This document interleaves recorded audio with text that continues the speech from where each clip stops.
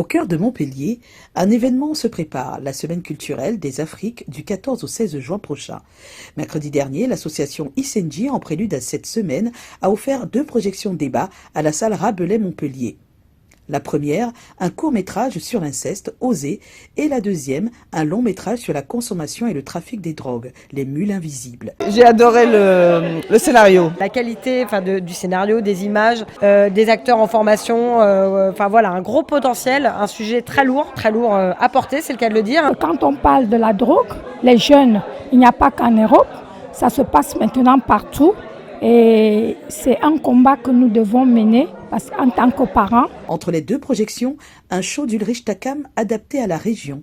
La France et le Cameroun, ce qui ne fait pas forcément plaisir à ma mère à chaque fois que je rentre. Parce que quand on va en France, ce n'est pas pour rentrer.